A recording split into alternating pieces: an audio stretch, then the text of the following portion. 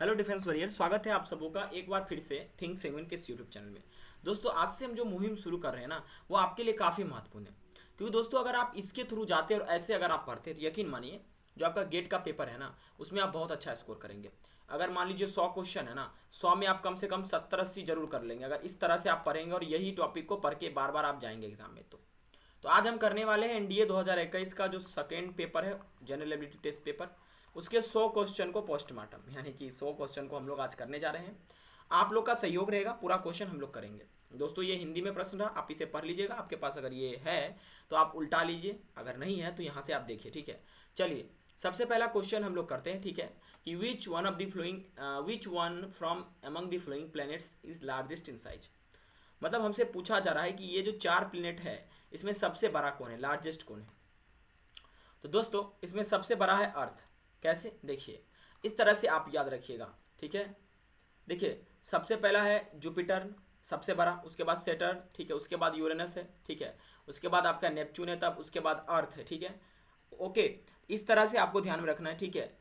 और देखो अर्थ जो है कहीं ना कहीं सबसे बड़ा है, क्योंकि ना तो इसमें जुपिटर है, ना ही सेटर्न है, ना ही यूरेनस है, इस तीनों नहीं है। क्योंकि ये तीनों जो प्लेनेट हैं, वीनस, मरकरी और आपके मार्स, ठीक है, ये तीनों अर्थ से छोटा है। इन सबों में सबसे बड़ा आपका हो जाएगा अर्थ, इसीलिए largest planet in size in option में से अर्थ होगा। आप याद कैसे रखेंगे, ठीक है, इसका ट्रिक क्या है याद करने का, ये है जाओ, ठीक है, जाओ सर, क्या ट्रिक याद रखेंगे, जाओ सर यूं नहीं मरा एक बार में, यूं नहीं मरा एक बार में, एक बार में, ठीक है। ध्यान रखिएगा ये है क्या, लार्जेस्ट इन साइज, ठीक है, साइज के अकॉर्डिंग। जे फॉर जुपिटर, ठीक है, ओके।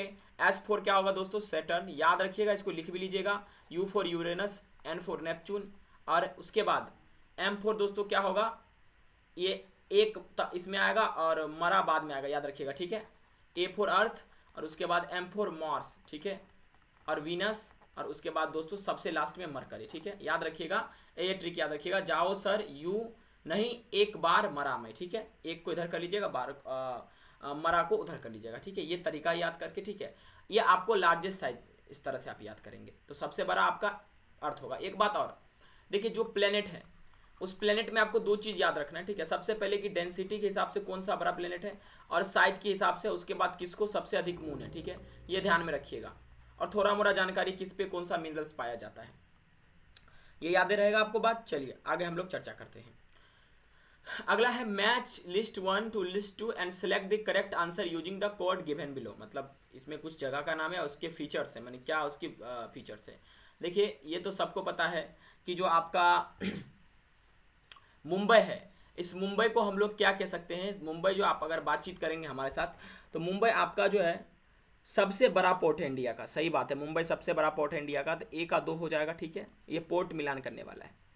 विशाखापट्टनम, दोस्तों देखिए चेन्नई को जो है हम लोग क्या बोलते हैं, चेन्नई सबसे ओल्डेस्ट पोर्ट है, ठीक है, ये आपको ध्यान में रखना है, ठीक है। चेन्नई जो है सबसे ओल्डेस्ट पोर्ट है इंडिया में, ईस्टर्न कोस्ट का, जो ईस्टर्न कोस्ट है उसका सबसे ओल्डेस्ट पोर्ट चेन्नई है। और विशाखापट्टनम, जो विशाखापट्टनम है दोस्तों, ये आपका किसके लिए प्रसिद्ध है। चलिए मान लीजिए हमको विशाखापट्टनम नहीं पता है, हमें पता है कोची। कोची क्या है, क्वीन ऑफ द अरबियन सी। क्योंकि दोस्तों यहाँ क्वीन इसको क्यों कहा जाता है, पुराने समय की बात है, पोर्टुगीज अंग्रेज लोग इसके थ्रू काफ़ी ट्रेड करते थे मसाला वगैरह, इसीलिए ये एक सेंटर पॉइंट था, इसीलिए हम लोग क्वीन ऑफ द अरबियन सी भी बोलते, ठीक है, अरब की सागर की रानी, ठीक है। तो बच जाता विशाखापट्टनम। तो विशाखापट्टनम का क्या ऑप्शन जाएगा दोस्तों, विशाखापट्टनम का जाएगा लैंडलॉक हार्बर, एक ऐसा पोर्ट जो कि पूरी तरह से लैंडलॉक है। अब चलिए मिलाइए, देखिए आपका डी जो है, डी का फर्स्ट है। देखिए डी का फर्स्ट अगर आप कहते हैं तो आपको ऑप्शन भी एलिमिनेट करना आना चाहिए कि आपके हिसाब से ना तो सी होगा, सी को काट दीजिए, ना ही डी होगा, इस दोनों को काट दीजिए, ठीक है। अब आप कह रहे हैं कि डी का फर्स्ट होगा, तो यानी या तो बी होगा नहीं तो ए होगा। उसके बाद आप कह रहे हैं कोची, ठीक है, कोची आपने बोल दिया। उसके बाद आप बोल रहे मुंबई जो है बिगेस्ट पोर्ट है, यानी कि ए का आपका हो जाएगा क्या, 2। लेकिन देखिए इसमें आपको एक और ध्यान में रखना पड़ेगा एलिमिनेट करने के लिए। अब उसके बाद दोस्तों चेन्नई क्या है, चेन्नई आपका जो है ओल्डेस्ट पोर्ट है ईस्टर्न कोस्ट का, ठीक है। तो ये हो गया, कहानी खत्म। आपका सही उत्तर कौन होगा, बी, क्योंकि आपके हिसाब से ये क्या होगा, गलत हो जाएगा, इसलिए इसका सही उत्तर बी हो जाएगा, बी इज करेक्ट ऑप्शन, ठीक है। अब मैं आपको बताता हूँ, ध्यान रखिएगा। आपको क्या करना है, पोर्ट्स के बारे में पढ़ लेना। किसके बारे में पढ़ लेना, पोर्ट्स के बारे में, जो मेजर पोर्ट्स हैं कि ईस्टर्न कोस्ट पे ज़्यादा है या वेस्टर्न कोस्ट पे ज़्यादा पोर्ट्स हैं इंडिया के, ठीक है, ये ध्यान में रख के आप पढ़ोगे, ठीक है। रिसोर्स कहाँ होगा, एनसीईआरटी, नहीं तो कोई यूट्यूब वीडियो। आगे हम क्वेश्चन देख लेते हैं। विच one of the following is a crater lake in India, इनमें से कौन सा जो है क्रेटर लेक है। दोस्तों इसका सही उत्तर होगा लोनार लेक। लोनार लेक जो है दोस्तों क्रेटर लेक है। लोनार लेक कहाँ पर है, तो ये महाराष्ट्र में है, ठीक है। क्योंकि दोस्तों ये क्रेटर लेक इसलिए कहा जाता है क्योंकि मतलब कुछ एस्ट्रॉयड वगैरह गिरा था जिसकी वजह से बहुत अंदर तक छेद हो गया और पानी निकलने लगा, ठीक है। सांभर लेक कहाँ पर है, सांभर लेक आपका राजस्थान में, याद रखिएगा, ठीक है, ओके। और उसके बाद दोस्तों सांभर लेक को शायद साल्ट लेक भी बोला जाता है। चिल्का तो ओडिशा में चिल्का लेक, ठीक है, ध्यान रखिएगा इस बात को। और आपका है भीमबंद लेक, ये तो आपका पता ही होगा केरला में है, ठीक है। आपको क्या करना है, थोड़ा लेक्स के बारे में भी पढ़ लेना, इंडियन लेक्स के बारे में, कौन स्वीटेस्ट लेक, आप हमें बताइए तो कमेंट में स्वीटेस्ट लेक कौन सा है इंडिया का, ठीक है। चलिए आगे बढ़ते हैं, ओके। क्वेश्चन नंबर 54 पे, fine grain bed of ephemeral lake in a desert is also known as, ठीक है। देखिए जो फाइन ग्रेड क्या होता है दोस्तों, इफिमेरल लेक, ऐसा आपको लगेगा कि ये लेक जो है इफिमेरल है, मर जाएगा या ये लेक कुछ दिन के बाद खत्म हो जाएगा, ठीक है। उस तरह के लेक को हम क्या कहते हैं, फाइन ग्रेन जो बेड ऑफ इफिमेरल लेक होते हैं उसे प्लाया बोलते हैं, ठीक है। क्या बोलते हैं दोस्तों, प्लाया। आप लोगों को ये बात पता होगा दोस्तों। देखिए नेचुरल लेवी क्या होता है, तो ये एक आर्टिफिशियल वाल होता है दोस्तों, ठीक है, जो कि क्या करता है, वाटर को ब्लॉक कर देता है बहने से, एक तरह से आप कह सकते हैं बांध टाइप का, ठीक है। और इसी से आपको पता है ये कहाँ पर होता है, जहाँ पर राजस्थानी क्षेत्र, जहाँ पर दोस्तों आपका क्या होता है कि पानी उनी मिल जाता है वहाँ पर, ठीक है, ये ध्यान में आपको रखना है, ओके। और ड्रमलिन किसको बोलते हैं दोस्तों, जब आपका ग्लेशियल जो होता है, ठीक है, ग्लेशियल डेब्रिस जो होता है वो एक जगह इकट्ठा हो जाता है तो उसे हम लोग ड्रमलिन बोलते हैं, ठीक है, ओके। 54 का आपका सही उत्तर क्या होगा, तो प्लाया सही उत्तर हो जाएगा, ठीक है। आगे देखते हैं, which of the flowing factor does not affect the distribution of ground water, इनमें से कौन सा फैक्टर है जो ग्राउंड वाटर के डिस्ट्रीब्यूशन को अफेक्ट नहीं करेगा। तो पहले ये देख लेते हैं कि अफेक्ट कर कौन सकता है, पहले उसको काट देते हैं। देखिए रेट ऑफ एवोपरेशन क्या है, यानी कि उस जगह को पानी कितना तेजी से क्या हो रहा है दोस्तों, वाष्पीकृत हो रहा है, ये भी ग्राउंड वाटर में एक महत्वपूर्ण फैक्टर होता है, क्योंकि बहुत तेजी से वाष्पीकृत होगा तो ग्राउंड वाटर पे इफेक्ट पड़ेगा। इसका मतलब ये है कि ये फैक्टर इफेक्ट करता है ग्राउंड वाटर को, तो ये नहीं होगा, ठीक है। अब वहां पर आर्द्रता कितनी है, ये भी ग्राउंड वाटर को इफेक्ट करता है, ठीक है। कहीं पर देखेंगे जहां पर आपको सुखाड़ रहेगा तो वहां पर ग्राउंड वाटर आपको कम मिलेंगे, ठीक है। इसका मतलब ये भी आपका नहीं होगा, ठीक है। अब अगला देखिए, ability of the ground surface to allow water to infiltrate in the ground water system. देखिए ये भी हो जाएगा, ठीक है, क्योंकि वो इनफिल्टर करेगा, ये भी आपका एक प्रकार का क्या होगा, ग्राउंड वाटर का डिस्ट्रीब्यूशन का फैक्टर है। लेकिन समुद्र से कितनी दूरी है ये कोई मैटर नहीं करता है, इसलिए इसका दोस्तों सही उत्तर डी हो जाएगा, ठीक है। हिंदी मीडियम वाले आप देख सकते हैं, निम्नलिखित में से आपका देखिए क्या क्वेश्चन कहाँ गया, ठीक है। निम्नलिखित में से कौन सा कारक भूम जल यानी ग्राउंड वाटर यानी पृथ्वी के अंदर जो वाटर होता है के वितरण को प्रभावित नहीं करता है, तो वर्षा की मात्रा प्रभावित करता है दोस्तों, वाष्पीकरण की दर भी प्रभावित करता है, और भूम जल का इनफिल्ट्रेशन यानी अंतर संयंदन कितना तेजी से हो रहा है, वो भूमि कितना क्षमता से उसको ले रहा है, ये भी आपको क्या कर रहे हैं, इफेक्ट करता है। लेकिन इफेक्ट को यानी तीनों जब इफेक्ट करता है तो इसका मतलब चौथा ऑप्शन सही होगा, ठीक है। इस तरह से एग्जाम में आप करें, ठीक है। चलिए आगे क्वेश्चन करते हैं, नेक्स्ट क्वेश्चन। अब नेक्स्ट क्वेश्चन है, the constitution 35th amendment act of 1974 is related to which one of the following state, यानी कि संविधान का 35वां संशोधन किस राज्य से संबंधित है। दोस्तों ये सिक्किम, दोस्तों सिक्किम एक ऐसा राज्य है जो कि 35वां संविधान संशोधन से संबंधित है 1974, ठीक है। और दोस्तों जब 36वां संविधान संशोधन किया गया था, जहां तक मुझे याद है, उसमें दोस्तों क्या किया गया था, वो लगभग 36वां संविधान संशोधन आपका हुआ था 1975 के आसपास, ठीक है। और इसमें दोस्तों इसको 22वां स्टेट घोषित करके इसको 22वें स्टेट भारत में शामिल कर लिया गया था। इससे पहले इसको मतलब ऐसा बातचीत हो रहा था 35वां संशोधन में कि सिक्किम भी अब बनेगा, ठीक है। तो कहीं ना कहीं जो क्वेश्चन सिंपल सा पूछ रहा है तो 35वां संशोधन तो सिक्किम से संबंधित है, इसका सही उत्तर सिक्किम होगा। एक बात मैं बताना चाहता हूँ, जितने भी हमारे संविधान में संशोधन हुए हैं, ठीक है, आपको मैं बताता हूँ, आप लोग पढ़ना, जो मतलब जो भी संशोधन या अमेंडमेंट्स जो हुए हैं, ठीक है, संविधान में, उससे आपको क्या करना है दोस्तों, 42 से लेकर 50, ध्यान से बता रहा हूँ, और उसके बाद 80 से लेकर 90, ठीक है, ये संशोधन एक बार पढ़ के जरूर जाना। आप हमें बताइए 42वां अमेंडमेंट एक्ट 1976 आपका क्या कहता है, या 42वां संशोधन में क्या ऐसा बदलाव किया गया था, वो हमें बताए, जिससे उसको मिनी कॉन्स्टिट्यूशन भी बोला जाता है।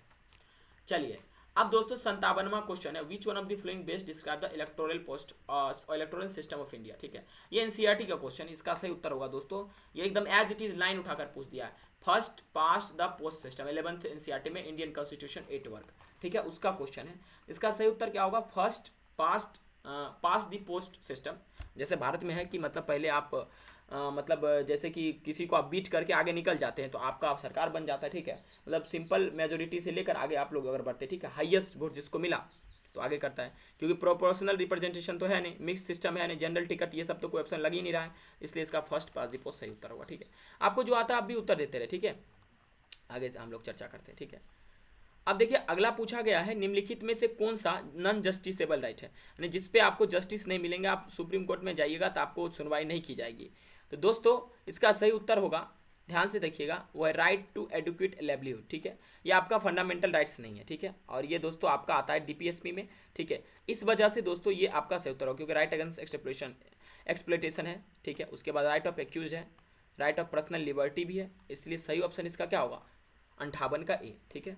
क्लियर है बात, ओके। आप हमें बताइए right to life and personal liberty संविधान के किस अनुच्छेद में ये चर्चा किया गया है। अगर आप बता देंगे समझ जाएंगे आपको पॉलिटी आता है, ठीक है। एक बात और बताना चाहता हूँ दोस्तों, वीडियो को आप देख रहे हैं, ठीक है, बहुत अच्छी बात है।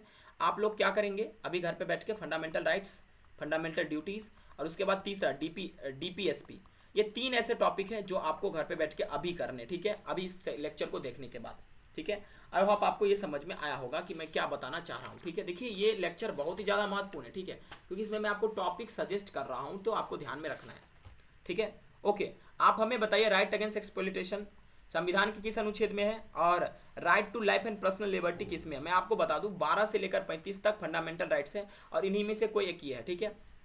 अगला, which one of the following is not a writ, निम्नलिखित में से रीट कौन नहीं है। दोस्तों संविधान के अनुच्छेद 32 में रीट्स के बारे में चर्चा किया है। हमारे संविधान में कुल मिला के 4 रीट्स हैं जो काफ़ी महत्वपूर्ण है, आप पढ़ के जाइएगा।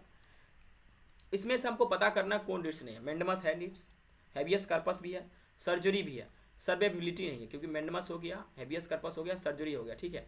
ये तीनों आपके क्या है, आपके जो है आपके तीनों ये आपके रीट्स हैं। एक और रीट है, ठीक है, क्यू वारंटो, ठीक है। तो ये 4 रीट्स हैं, जबकि सर्वेबिलिटी ऐसा कोई रीट संविधान में है नहीं, ठीक है। संविधान के आर्टिकल 32 को एक बार जरूर पढ़ लीजिएगा, ठीक है। और ये सब आपको कहाँ से पढ़ना है, इंडियन पॉलिटी लक्ष्मीकांत सर की किताब है, वहाँ से आप पढ़ लीजिए। अगर आपके पास किताब नहीं है तो यूट्यूब से देख लीजिए, फंडामेंटल राइट्स लिखिए, आ जाएगा, लाइन बाय लाइन लिखना आपको, लक्ष्मीकांत आपको मिल जाएगा, ठीक है। विच one of the following is not a part of fundamental rights, निम्नलिखित में से कौन सा मौलिक अधिकार का भाग नहीं है, ठीक है। तो पहले ये चेक कर लेते कि कौन मौलिक अधिकार का भाग है। भैया राइट टू एजुकेशन बिल्कुल है, संविधान में संशोधन किया गया, आर्टिकल 21A लाया गया, ठीक है। शायद जहाँ तक मुझे याद है कि 86वां संशोधन, लेकिन नॉर्मल अगर उतना ध्यान नहीं देना आपको, ठीक है, कि राइट टू एजुकेशन हाँ है। माइनॉरिटीज वाला भी में आर्टिकल 30 में चर्चा लगभग किया गया इसके बारे में। और राइट अगेंस्ट अनटचेबिलिटी तो है, आर्टिकल 15 में आपको और 16 में आपको ये सब मिल जाएंगे, ठीक है। लेकिन दोस्तों right to confer with titles ऐसा कुछ भी नहीं है, जैसे राजा महाराजा का टाइटल को हटा दिया गया था, और इसके चर्चा आर्टिकल 18 में किया गया है, ठीक है। इसका मतलब सी नंबर ऑप्शन ये जो आपका फंडामेंटल राइट्स नहीं है, किसी का मौलिक अधिकार नहीं है कि राजा चरण सिंह अपना नाम रख ले, ठीक है, अब ऐसा चीज़ हटा दिया है, ठीक है। अगला देखिए, विच one of the following is not a function of constitution of India, ठीक है। देखिए इसका सही उत्तर दोस्तों क्या होगा, आप हमें बताइए, ठीक है। देखिए जो पहले तो आप पता कर लीजिए कि ये संविधान का क्या क्या फंक्शन है, ठीक है, सही बात है। यहाँ पर देखिए ऑप्शन नंबर अब बी देखिए, जो पॉसिबिलिटी आपको क्लियरली दिख रहा है, हाँ सिटीजन्स को राइट्स मिलता है इसमें, ठीक है। अलग अलग ऑर्गेन्स ऑफ गवर्नमेंट के बारे में चर्चा किया गया कि ये स्टेट गवर्नमेंट होगा, ये आपका सेंटर होगा, एक तरह का सोसाइटी के लिए कंडीशंस को भी बनाया गया। लेकिन दोस्तों ऐसा कोई उसमें संविधान में चर्चा नहीं किया गया, फंक्शन में नहीं किया गया, केवल अच्छे आदमी भी पार्टिसिपेट कर सकते हैं, ठीक है। तो ये ए नंबर ऑप्शन हो सकता है, कहीं भी ये चीज़ मेंशन भी नहीं है, ठीक है, 61 का ए, ठीक है। दोस्तों देखिए हम वीडियो बना रहे, हो सकता है कि कई ऐसे बहुत कम त्रुटि आपको मिलेंगे, लेकिन दोस्तों कहीं पर अभी आपको त्रुटि नजर आए तो कमेंट जरूर कीजिएगा। कृपया आप लोग एब्यूजिव कमेंट मत यूज कीजिएगा, ठीक है। मैं आप लोग से अनुरोध कर रहा हूँ, क्योंकि इसे एनालिसिस करने में, इसे बनाने में मुझे बहुत वक्त लगा है, ठीक है। तो आप लोग से मेरा ये विनती होगा, ठीक है। देखिए इसमें से कह रहा है कि बायोडाइवर्सिटी को लेकर कौन सा स्टेटमेंट सही नहीं है। देखिए जो बायोडाइवर्सिटी ये टर्म वॉल्टर जी रोसन के द्वारा दिया गया था 1986 में, बिल्कुल सही बात है, ये ऑप्शन सही है, ठीक है। और एक और टर्म आपका जो है बायोडाइवर्सिटी का, वो भी जो है नॉर्मल मैसेज के द्वारा 1988 में फिर इसको मॉडिफाई करके बताया गया, ओके। देखिए जिस रीजन में आपका बायोडाइवर्सिटी सबसे अधिक रहता है तो उसको हम लोग बायोडाइवर्सिटी हॉट स्पॉट्स भी बोलते हैं, ये भी सही है उस रीजन को। लेकिन दोस्तों अब तक जो है ना, मात्र ऐसा मैं कह सकता हूँ 30+ ही दोस्तों क्या है कि बायोडाइवर्सिटी हॉटस्पॉट को खोजा गया, लेकिन 100 तो बहुत ज़्यादा हो गया, ठीक है। जैसे आप वेस्टर्न घाट्स में देखेंगे, ठीक है, तो बहुत सारा आपको मिल जाएंगे, ठीक है। तो ये 62 का डी नंबर मुझे कुछ पता नहीं, इसलिए ऑप्शन नहीं होगा ये, ठीक है। इसका सही उत्तर डी होगा 62 का। अब अगला क्वेश्चन है कि पृथ्वी का जो एटमॉस्फेयर है, ठीक है, वो किस वजह से हीट होता है। दोस्तों एक बात मैं आपको बताता हूँ, देखिए आपको ये जो टॉपिक आप देख रहे हैं ना, ये सब ज्योग्राफी का, ये आपका 11th का और 12th के ज्योग्राफी से पूछा गया, फंडामेंटल ऑफ ज्योग्राफी, और उसके बाद आपका इंडियन फिजिकल ज्योग्राफी। ये दोनों अगर आप पढ़ लेंगे ना, एनडीए के जितने भी ज्योग्राफी के क्वेश्चन आते हैं सब आप कर लेंगे, यूट्यूब पर सभी अवेलेबल है फ्री में, बस आपको टाइम चाहिए पढ़ने का, ठीक है। तो कह रहा है कि अर्थ का एटमॉस्फेयर किसके द्वारा हीट होता है। दोस्तों आपको ये सोलर इंसोलेशन चैप्टर में पढ़ना है, ठीक है, कि किस तरह से सोलर इंसोलेशन आता है जिसके वजह से हम लोग को हीट महसूस होता है। जिसका सही उत्तर होगा कि हाँ, जो टेरेस्ट्रियल रेडिएशन होता है उसके वजह से दोस्तों क्या होता है, पृथ्वी का एटमॉस्फेयर मेनली हीट होता है। देखिए हम ज़्यादा इसमें चर्चा नहीं करेंगे, ठीक है, क्योंकि वीडियो बहुत लंबा हो जाएगा तो आप लोग देखना पसंद नहीं करेंगे। लेकिन दोस्तों जो भी आंसर मैं अभी दे रहा हूँ सबको कमेंट में जरूर लिखना आप लोग, ठीक है, इससे आपका एक बार रिवीजन भी हो जाएगा। जो जो टॉपिक मैं आपको सजेस्ट कर रहा हूँ वो पढ़ना भी आप लोग, ठीक है। देखिए आपको क्या करना है, जो फंडामेंटल ऑफ फिजिकल ज्योग्राफी है उसमें से कंपोजिशंस ऑफ एटमॉस्फेयर पढ़ के लाना है, उसके बाद उसमें से आपको ओरिजिन कैसे हुआ अर्थ का वो पढ़ के लाना है, प्लेट्स के बारे में आपको पढ़ना है, ठीक है। मैं किताब जो है आपको इसके कमेंट बॉक्स में आपको मेंशन कर देता हूँ, वही किताब आप पढ़ के एनडीए में जाए, वहीं से होगा। अब कह रहे हैं निम्नलिखित में से कौन सा सीक्वेंस सही है। जैसे ही हम लोग सरफेस से अपवार्ड जाते हैं, यानी नीचे से ऊपर, यानी देखिए ये सब क्या है, पृथ्वी का जो आपका लेयर है, वायुमंडल का जो लेयर है, ठीक है, क्षोभ मंडल, समताप मंडल, ठीक है। तो आपको एक ट्रिक मैं बताता हूँ, ये ध्यान रखिएगा, ये ट्रिक मैंने अपने खुद से बनाया, ऐसे याद रखिएगा, तरुण, सॉल्व्ड, ठीक है, magical trick easily, magical trick easily, ध्यान रखिएगा इस बात को, ठीक है। देखिए T4 ट्रोपोस्फियर हो जाएगा, S4 स्ट्रेटोस्फियर हो जाएगा, ठीक है, M4 मेजोस्फियर हो जाएगा, और T4 दोस्तों क्या होगा, थर्मोस्फियर, E4 एक्सोस्फियर, ठीक है। अब आपको खोजना है कि नीचे से ऊपर कौन होगा। तो सबसे पहले नीचे में आता है T, यानी देखो T कहाँ पर है, तो T4 ट्रोपोस्फियर, यानी ये ऑप्शन आपको लगता है, यानी कि आप पहले ऑप्शन गलत करो आप तेजी से, कि थर्मोस्फियर एक नंबर में नहीं आ सकता है, ना ही स्ट्रेटोस्फियर एक नंबर में, आना होगा ट्रोपोस्फियर होगा, यानी या तो ए ऑप्शन होगा नहीं तो बी होगा। और ट्रोपोस्फियर के बाद स्ट्रेटोस्फियर, बिल्कुल सही, ठीक है। उसके बाद मेसोस्फियर, देखिए तो ये भी ऑप्शन कट गया था, आपके पास कौन ऑप्शन बचा, बी। तो ध्यान रखिएगा, तरुण, सॉल्व, मैजिकल ट्रिक इजीली, नीचे से ऊपर। और याद रखिएगा जो आपका जो भी वायुमंडल का फिनोमेना होता है, जैसे वर्षा पड़ना, ओला गिरना, ठीक है, ये सब ट्रोपोस्फियर में होता है। आप सांस जो लेते हैं वो हवा भी ट्रोपोस्फियर में होता है। स्ट्रेटोस्फियर में ओजोन होता है, और इसी में दोस्तों आपका क्या उड़ता है, एरोप्लेन भी उड़ता है, ठीक है। ये ध्यान रखिएगा, आपके एग्जाम में पूछा जा सकता है। ये सब जानकारी आपको कहाँ मिलेगा, तो वही फंडामेंटल ऑफ फिजिकल ज्योग्राफी में आपको मिल जाएगा। आई होप आपको ये समझ में आया होगा, ठीक है। चलिए नेक्स्ट क्वेश्चन पे आगे बढ़ते हैं। देखिए कह रहा है अगला क्वेश्चन में, विच one of the following is not a soil forming factor. निम्नलिखित में से कौन सा सॉइल फॉर्मिंग फैक्टर नहीं है। बिल्कुल, अब हम लोग चेक करते हैं। देखिए ये क्लियरली भी किसी को पता चल जाएगा। पेरेंट मटेरियल किस तरह से, ये भी निर्भर करता है कि उसका पहले से बना हुआ मटेरियल कैसा है, वहाँ का क्षेत्र कैसा, टोपोग्राफी कैसा है, वहाँ का क्लाइमेट कैसा, हॉट है या ह्यूमिड है, ये भी सॉइल फॉर्मेशन पे बहुत ज़्यादा महत्वपूर्ण रोल प्ले करता है। लेकिन दोस्तों इंसान रहे ना रहे, ठीक है, ह्यूमन हैबिटेशन का कोई महत्व नहीं, क्योंकि इंसान के आने से पहले ही सॉइल आया, ठीक है। तो 65 का डी उत्तर हो जाएगा। इंसान कोई ज़्यादा सॉइल पे इफेक्ट नहीं कर रहा है उसके बनने में, लेकिन उसके बिगाड़ने में तो इंसान का बहुत बड़ा रोल है, ठीक है, ध्यान रखिएगा इस बात को। विच one of the flowing best describe lithosphere. Lithosphere के बारे में निम्नलिखित में से कौन सा ऑप्शन सही है। देखिए सबसे पहले सही कौन नहीं है, देखिए लिथोस्फियर ऊपरी परत होता है, ठीक है, थोड़ा सा अपर, और दोस्तों क्या होता है आपका, देखिए ध्यान से समझिएगा, जो क्रस्ट होता है आपका ऊपरी पृथ्वी का क्रस्ट, देखिए ये क्रस्ट हुआ, नीचे में मेंटल हो जाएगा और सबसे नीचे में कोर, ठीक है। क्रस्ट, मेंटल और सॉरी मेंटल, क्या मैंने बोल दिया, सॉरी, ऊपर से बोलता हूँ, क्रस्ट, उसके बाद मेंटल, और दोस्तों आपका कोर। कोर में सबसे ज़्यादा अधिक हीट होता है, ठीक है।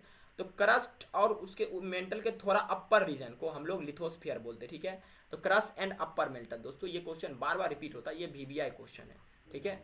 और दोस्तों ये आप कहाँ से पढ़ेंगे, आप पढ़ लेंगे ये क्लास 7 की जो किताब है आवर इन्वायरमेंट, उससे पढ़ लेंगे पृथ्वी के अंदर में क्या क्या है। नहीं तो 11th का फिजिकल ज्योग्राफी जो मैंने सजेस्ट किया वही पढ़ना है, ज़्यादा कुछ दिमाग नहीं लगाना है, ठीक है, कम समय में ज़्यादा तैयार हो सकता है। दोस्तों अगला क्वेश्चन है, विच one of the following countries has the maximum time difference from green which mean time. GMT difference सबसे अधिक किसका है। दोस्तों GMT डिफरेंस सबसे अधिक है इसमें से आपका भूटान का, ठीक है। किसका है दोस्तों, भूटान का। ध्यान रखिएगा इस बात को, किसका है दोस्तों, भूटान का। ये ज़्यादा चर्चा करने की बात नहीं है। आप हमें बताइए कि इंडिया जो है नेपाल के साथ कितना मीटर का बाउंड्री कवर करता है, ठीक है।